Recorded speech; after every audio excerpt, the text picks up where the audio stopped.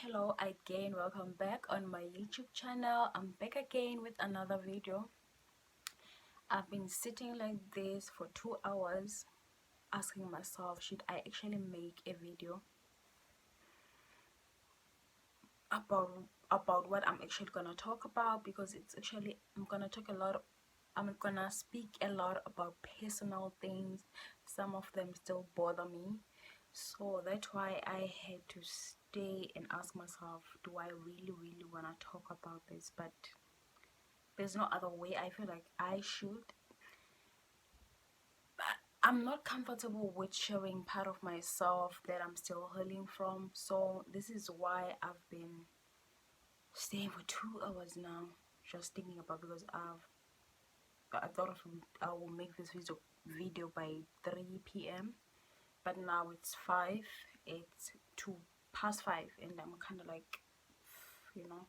So I'm just gonna make a video about character assassination. We all know the word assassination means. So assassination, it's process of trying to kill someone, assassinate someone, end someone's life. And someone, it can be ending someone's life, it can be something that is physically done or emotionally, psychologically, spiritually done by people or someone. So as I said, I'm just gonna talk about my personal experience more than I know. When I'm making video, I actually make example about my own personal experience, but today I feel like I'm just gonna talk more about my personal experience. That's why I'm actually anxious to actually opening up about this event that actually happened. I think that was the last event happened that led me to finally cut off my father, because I actually cut off my siblings first, and then my father followed, as well as my mother. So this was one of the last straw for me. As much as we are not that connected, I think part of me, I think I was actually expecting a little a little father's love. So it just hit me to know that I already know where I stand with him, but to know that he can go to that extent, and noticing that I was undermining how far he can go, because eventually you, as human, you don't want to think bad about other people, but after noticing how far they can go, you can actually tell that, you know what, this person is not changing. This person, this is who they are, and they're not doing this for for their own gain. They're doing this because they like torturing people. So I know my father is a shit person. So I already knew that. I know that my siblings were shit people too, as well as my mother. So, I guess part of me was still expecting a little kindness from him. I don't know why, because he never been kind. So, okay. So, as I said, I'm gonna talk about character assassination. So, as I mentioned, whereby assassination, we all know the definition of assassination. It's a whereby we kill someone, whether emotionally, mentally, spiritual, um, as well as physically, because people kill people. It's something that we in this planet that we're in, we see that people can actually kill people and they don't have no conscience after that. So I'm gonna talk about character assassination, whereby they killing someone's reputation, killing someone's integrity. They are doing things that gonna make someone look bad. It's a different whereby they do the form of defamation of character. um there is actually a smear campaign that are actually created to talk about this person behind their back, about what the next move, what they're gonna do to them, and what exactly they are capable of doing. Like, it's more like people who actually hate you, or people who are actually manipulated by a specific person, especially narcissistic people. because my parents as well as my siblings are fucking narcissist, and I grew up in a black line of narcissist. From when I'm looking back, like why I usually had hard time to connect with them, why I always find it hard to visit extended family. I don't like extended family. Every time when someone is inboxing me or something telling me that you're my cousin, I just get anxiety. I just cut them off before they say anything, because I don't like extended family. I just don't fuck with extended family. I don't fuck with my father's side, my mother's side. I just don't. I just write solo because it makes sense, because I realize that ain't shit. So with a character assassination, why they kill your character, why they so obsessed in with killing your character. For example, when they try to manipulate you and you finally break free from that, and they manipulate you, they make you believe that you are the problem, because obviously when you are one and a lot of people against you, you end up questioning your integrity, you end up questioning your gut feeling, you end up feeling like maybe you are the one who is in the wrong. I find myself questioning, maybe I'm the narcissist, I'm a narcissist one. You know, I end up questioning myself whether I'm actually a good person that I claim to be.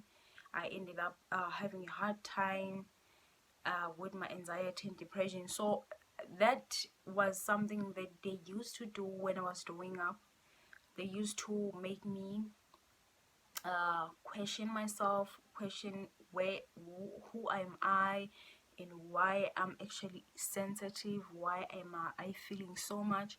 And maybe the problem is, you know, you end up questioning a lot about yourself. You end up, because that's what they want you to believe. They don't want you to see yourself as they see you. They know that you are correct from birth.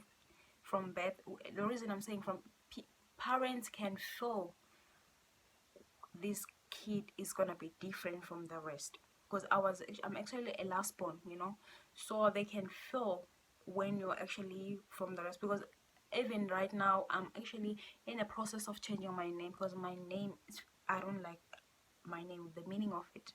So I was like, you know what, I don't understand why she named me like this, because this name is more like a curse than a name that you can actually name your child with. Because I like to believe, as much as we choose our parent, our name, sometimes you can tell that parent, when they're naming you, there's something's off about it. So okay, so what they do before they do character assassination, obviously they try to manipulate. But if you are not manipulated anymore, because for me it took years to finally to break free from their manipulation, to break free from their hate. Because eventually, when I knew that they hated me, the only thing that, because I was a family who value family more than anything, I was that person who's talk about family first over everything. So when my world shattered down, knowing that, I already knew. But you know, when you are still holding on into maybe they can change, maybe they can be better people, maybe they can see you better rather than how they choose to see you. You know, you're trying by all means to be a good child, you're trying by all means to be a good girl, you try by all means to please them, to the point that you don't have energy for yourself. You keep giving to them, and they feel entitled to your energy, to the point that they don't give a fuck how you feel. They don't care whether you are alive or not. Because I remember when my first attempt to commit suicide, I was 16. I just want to end it all. It was too much for me. I was tired, I was exhausted, I just felt like I was born in the wrong family, I was born in the wrong world, and I didn't feel like I actually can survive, I can live again. I have no desire to live, you know.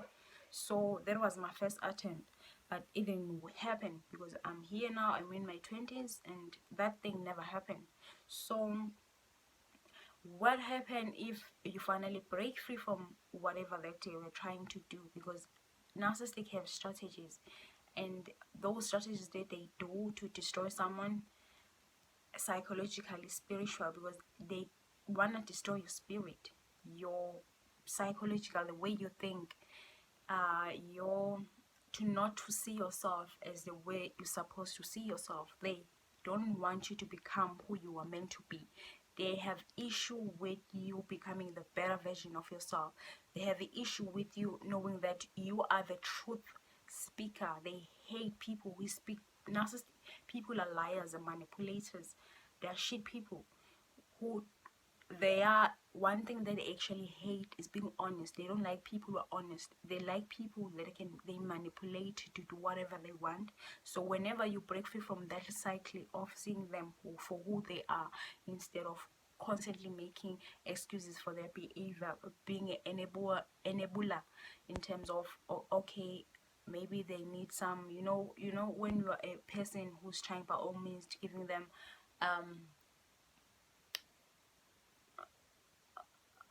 you're giving them opportunities to change, you're giving them opportunities to become a better people. You give them what the name,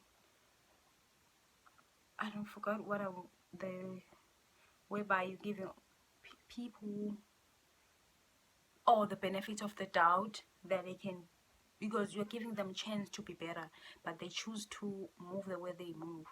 Okay, fine, I don't move that way, I'm gonna let you go. So after realizing that when you are confronting them with honesty, like with the truth, obviously they get mad at you, and then what?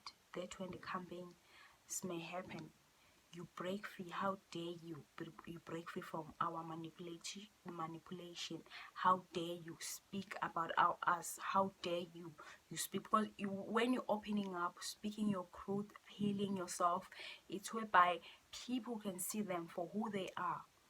And when they see them as who they are, that's their worst nightmare. They don't want people to see who they are.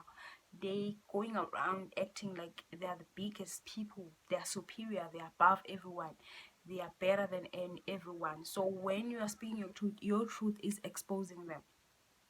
So what happened is I saw them in my dreams.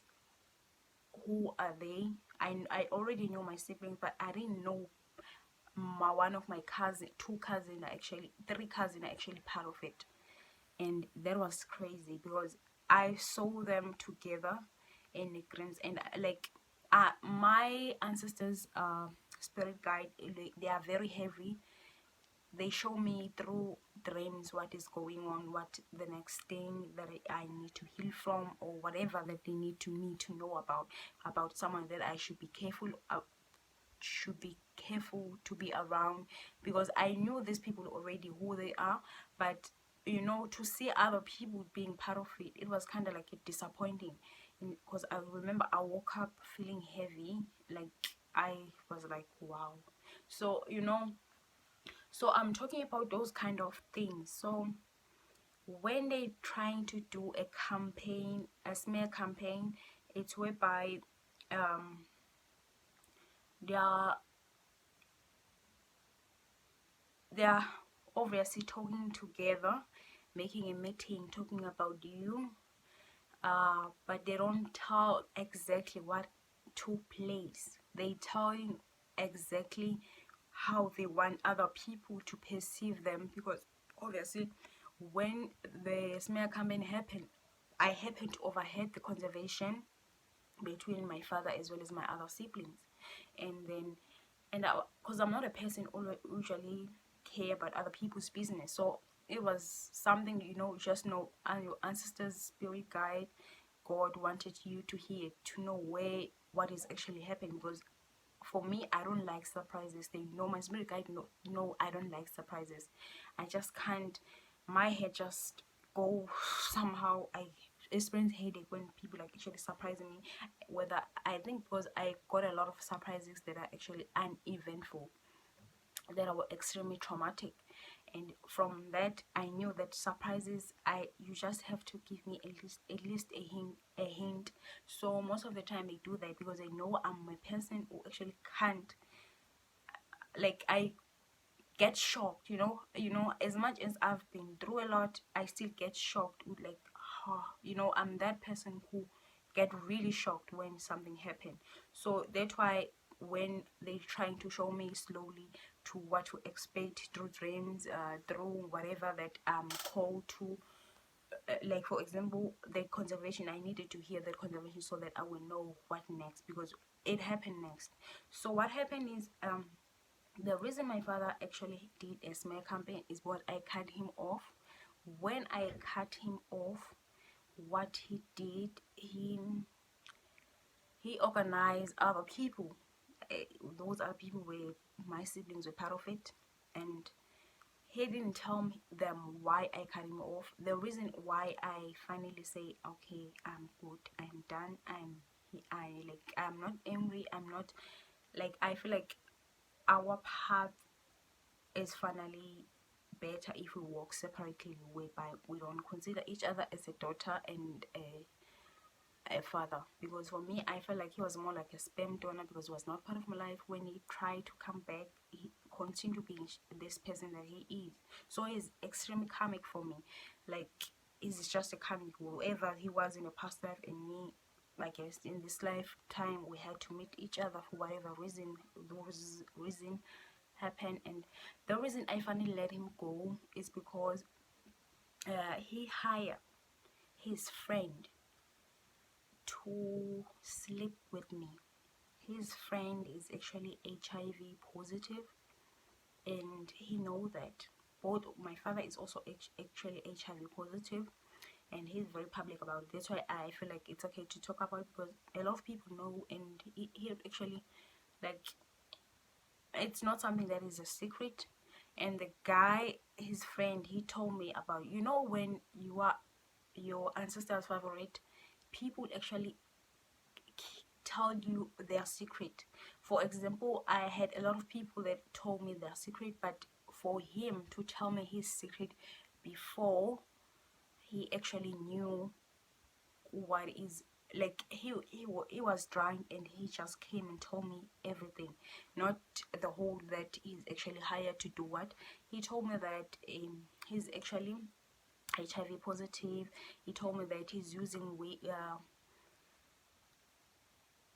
voodoo to make other women to sleep with him, because he was sexually, I don't know, sexually pervert. He doesn't care whether people are actually young. He sleep with young women who are actually 16, 15, 14.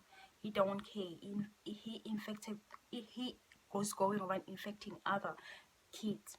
And when those kids get pregnant, he tell them to terminate the babies. So he told me all this, and I was shocked. My skin, but I didn't understand why he's telling me all this, only to find out later that what is exactly why he was here, why my father sent him to actually sleep with me, to use voodoo. But it happened with my ancestors protecting me from that, and I was actually protected, because his way of using voodoo to make women to sleep with, it didn't work with me. And I didn't know, because I was a slow person. I didn't understand. Initially I was bothered by the fact that why he's telling me such things, because they were too much. And two, I hated that he was actually sleeping with young girls, and most it is infecting them, is also telling them to abort the babies.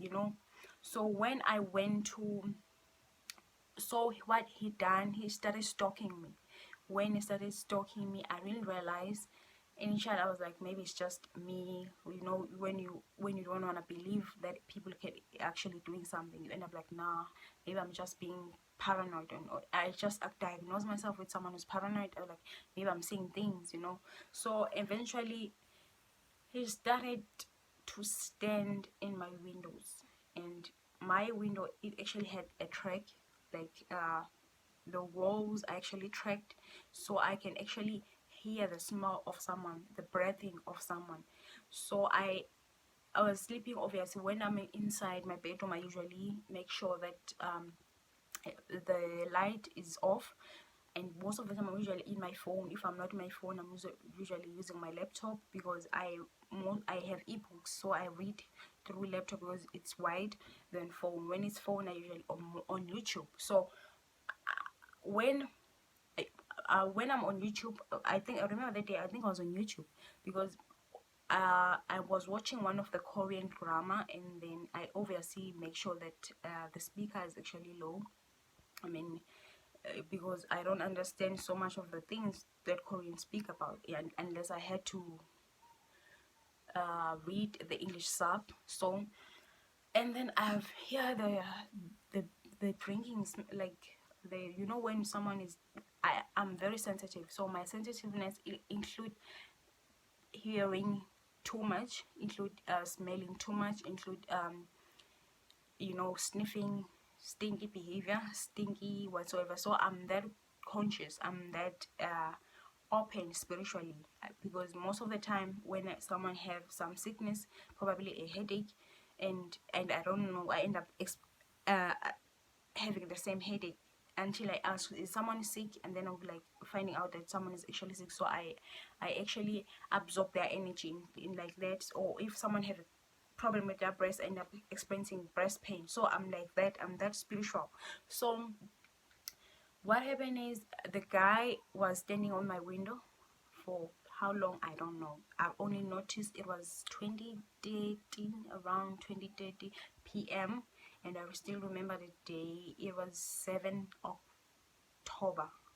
So I'm not gonna talk about the year.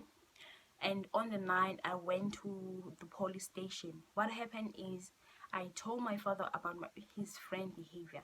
You know what happened? He didn't act shocked. He didn't act any kind of like a father.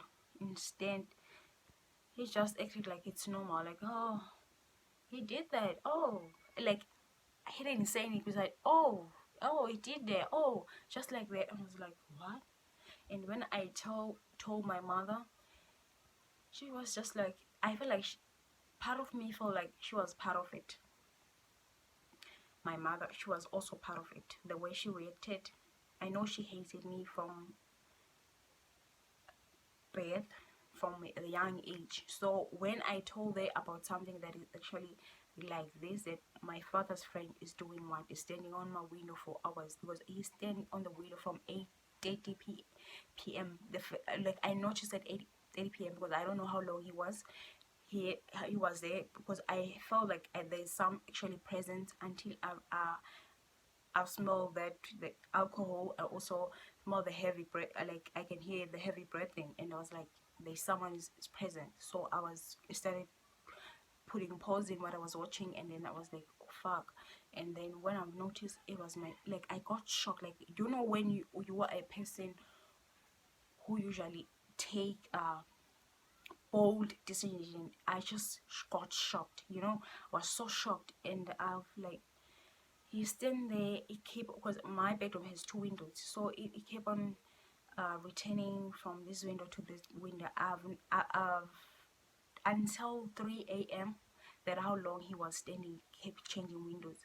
And I was shocked when I told my mother the next day. I couldn't move, I couldn't do anything, I couldn't pee, I couldn't, like, I was shocked. I was just numb in my bed. And I was like, you know, and I don't remember when did I get finally sleep, because I realized in the morning that I was in my anxiety act up the next day, the 8th of October. I was just sitting in and shocked as hell, not knowing what to do. I couldn't eat the next day. The only thing I only trying to act like it didn't happen, just like my parent did. But it bothered me, because I felt like I am enabling the behavior, because I already know this man what he's capable of. The fact that he came to me the other day and opening up about his shit way of how it made women sleep with him, and I felt like I was enabling the behavior in a sense, because as much as I wanted to protect this woman, I just felt like I don't have enough power to do it, because I don't have much evidence, and two, I'm only one who's not hypnotized by his voodoo. My parent, they acted like they already know, they acted like it's normal, they acted like I'm just overreacting. You know, when we are telling people about it, they end up like, oh, like they acted normal, like it's normal. So the next, on the 9th of October, I went to the police station. When I went to the police station, I was driving by my cousin. What happened is my cousin is also my enemy now. We don't we I cut him off. I just let him go. What happened is, when I'm looking back now and observing like my stupidity and everything, how the dot finally makes sense, that's why I'm actually making a video about this. I realized my cousin was actually a flying monkey. He was going to tell them how the whole thing went about to my father, how does the police officers take me serious, how far they can go. Because when I came back with the police, because they needed a statement from my father as well. I didn't know his friend name, besides knowing them, they're friends and they've been friends for years. I didn't know that.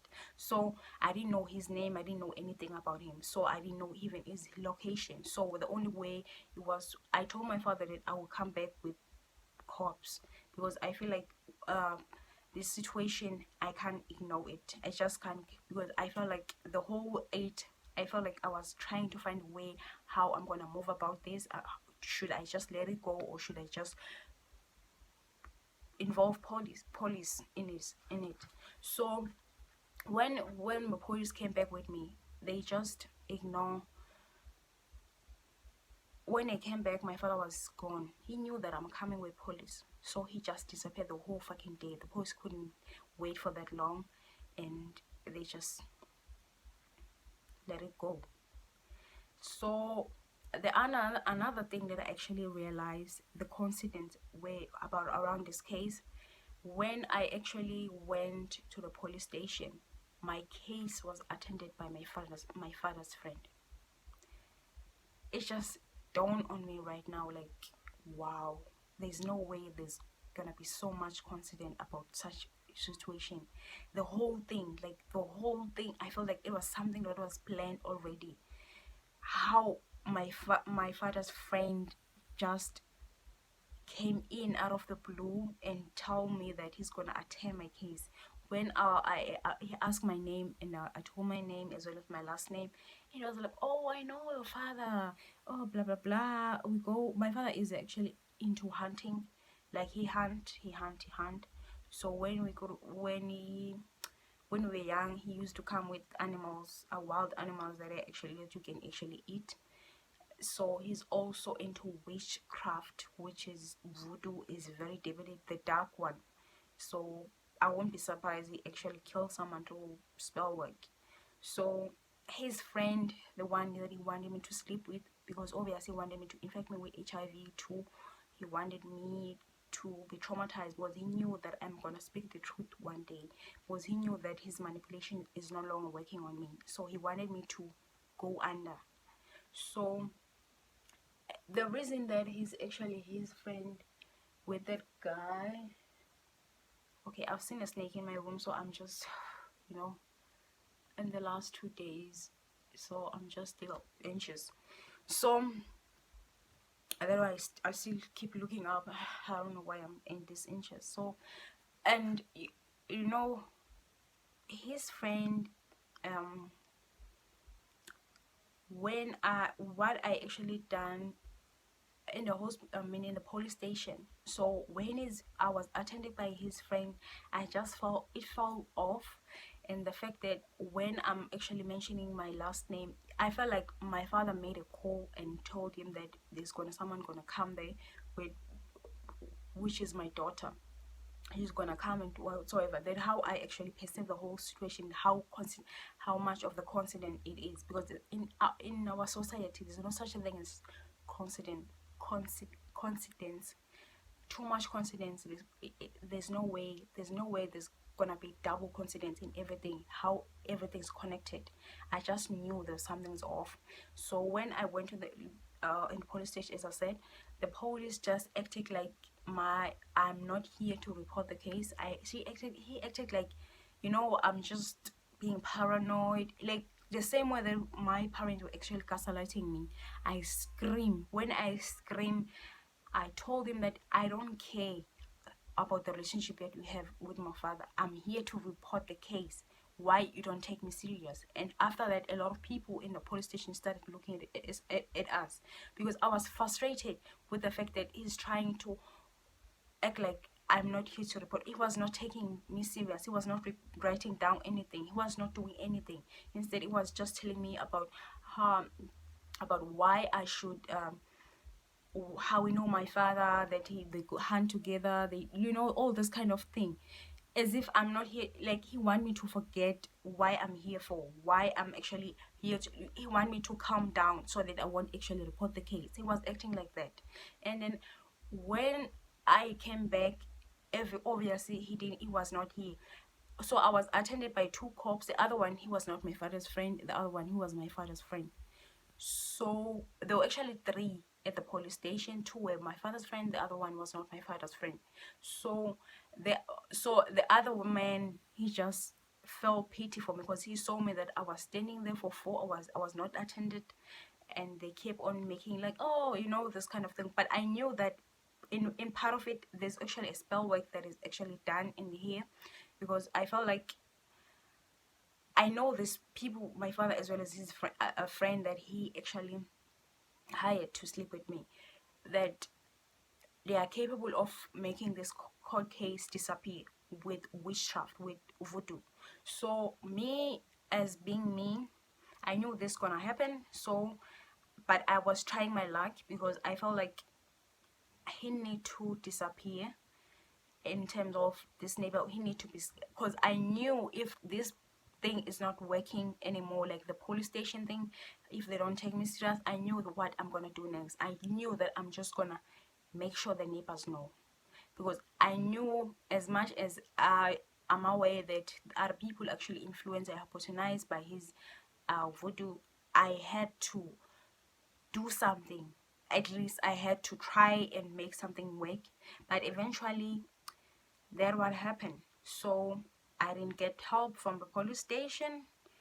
My case was not taken serious. I had to just heal from the situation. That I'm talking about it now. So what happened is, my father, when the conversation that I told you guys that I actually had, I overheard from my father when he was talking to my siblings. He didn't tell my siblings what actually, because I already cut off my siblings.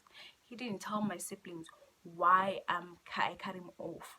Instead, he told him that because I finally lost it. I just told him exactly who he is. I told him that he's a shit person, he's a fucking asshole. Like, I was angry, and do I regret what I said? No. I feel like it was time for me to stop holding things on my chest. I just told him exactly. It's as vulgar, as cursing as it was, because he deserved that version of myself. He didn't deserve to see so much of my kindness anymore. I was just so done with his shit ass. So I just went it all out, and then he called my siblings and told them that I did this to him.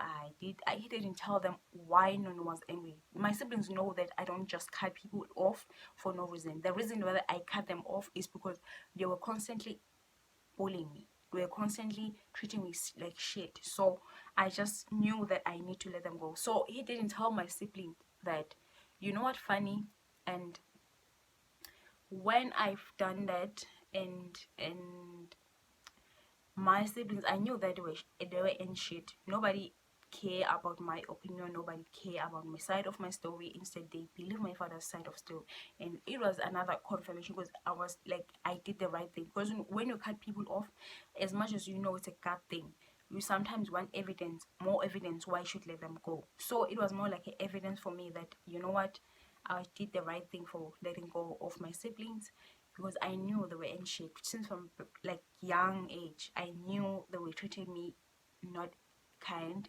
I knew they were constantly neglecting me. They constantly treating me like I don't exist, or if they saw me, they end up having a conversation about me, trying to tell me how I am, trying to constantly picking up on me on all that bullying.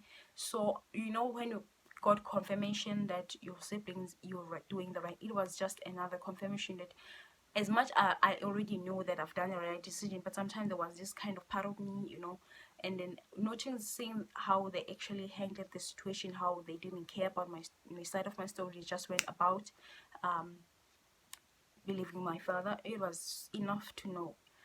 So after that situation, there was actually a character assassination, because what he did, he went about and told my everyone who I am, just because I told him exactly who he was. He told me I'm a disrespectful child, I'm useless. Like, he told them everything that I wish, because I asked myself, I told him, I don't understand why you're still alive, because you're really much of a bad person, you know. Do I regret saying that? No, because sometimes I do ask God, why would he let people who actually like this to live that long? Because my father, if I'm not mistaken, he's 70. Why would he let him live that long? Because his presence is suffocating. Everyone is around him, that's suffocating. He infected a lot of women with HIV. Those women died. Like, he's a horrible man. Like, yo, I can say a lot about that man. So I'm talking about those kind of things, and to be honest, this was actually a really personal kind of character assassination, and I thought I was gonna be burdened by saying it, but I feel like my chest is more of in a calm spirit, because as I said, I've watched like 2 hours trying, asking myself, am I doing the right decision to talk about it? But I feel like maybe someone is gonna get help, because I know a lot of people are going through something. From if you experience a toxic family, like, this is something, even if it's a co-worker, a worker, because we all gonna get fucked by people that we view as people that are actually close. We're gonna get fucked by a lot of people. So this is actually a story of my life. This is not some sort of a fantasy. This is real. This is what actually happened to me. And you know I'm very much grateful the love and support that I actually get from my spirit guide, my ancestors, in showing me things before they happen. Because if I would think I will collapse or end up relapsing and just went about and ending my life, because there was the same thing happened when I actually find out. I just, it was too much to handle. I just felt like maybe I should just end it. So when I say I relapsed, because I think I think I've never mentioned that I actually was a pill addict. When I Sam was a pill addict, I didn't do drugs, but I did pills, like the painkillers. I used to overdose those pills, or when I overdose them, they helped me with not being in touch with the world. I feel like I didn't want to be alive. Like, I didn't want to, they helped me not being myself. So they were helping me, like, giving me this high energy. So that was one of the things whatsoever. So a character assassination, in order to happen, there are people who actually had to be hired in the process. Whether they are hired through money, because I had the feeling that those cops were hired with money. I had the feeling that my father's friend that was supposed to sleep with me, he was hired through whatever that was, because as I said, he loved sleeping with women. So maybe he used that as a weakness, so he was hired in that manner. And my siblings were part of it. They were enablers. And there was also a flying monkey. Someone was sent to see how far this case was going. And the smear campaign is part of character assassination. Defamation of character is part of character assassination. So I would advise you to quickly about it, because it's a psychological term that is actually used when they're describing how narcissists move about, because narcissist people, they move like that. They're just robot. They do same strategy and whatsoever. So I remember even saying to myself, The blessing that I was giving is the fact that my father is not educated. Just the thought of him being educated, it was gonna be a fucking nightmare. Like the fact that he's not educated, it was something that I was actually able to fight him, because it's more like I was fighting them with the runes knowledge rather than the other way around. Because if I was not educated, I wouldn't have known about a narcissist. I wouldn't have been grown to play such behavior. I wouldn't be like, I wouldn't have known. So me knowing knowledge, it was a way of I was able to actually, I'm not saying I won, because I know narcissists don't rest. They don't fucking rest. So yeah, so much happened, like so much happened. My brother, like some of them actually receiving karma now. It's kind of painful, but I think it's the first time that I don't feel so much pain for them, because if it eventually, even if they receive karma, I feel bad about, I feel sorry for them. Even though I feel sorry for them, I think it's the first time where I'm like, I feel not attached to wanna rescue them. I feel like, okay, you know, there, this is happening, but I don't want to see them going through it, in terms of like, because in the past when people are doing me wrong, I used to see them exactly how karma act. So I remember asking my ancestors to not show me that sin, because it made me sad. I don't want to see them going through something like that with my eyes. Just let them see it, but not allow me to see it, because I just I don't like to see people through pain, you know. So I'm just gonna end here. It's actually late.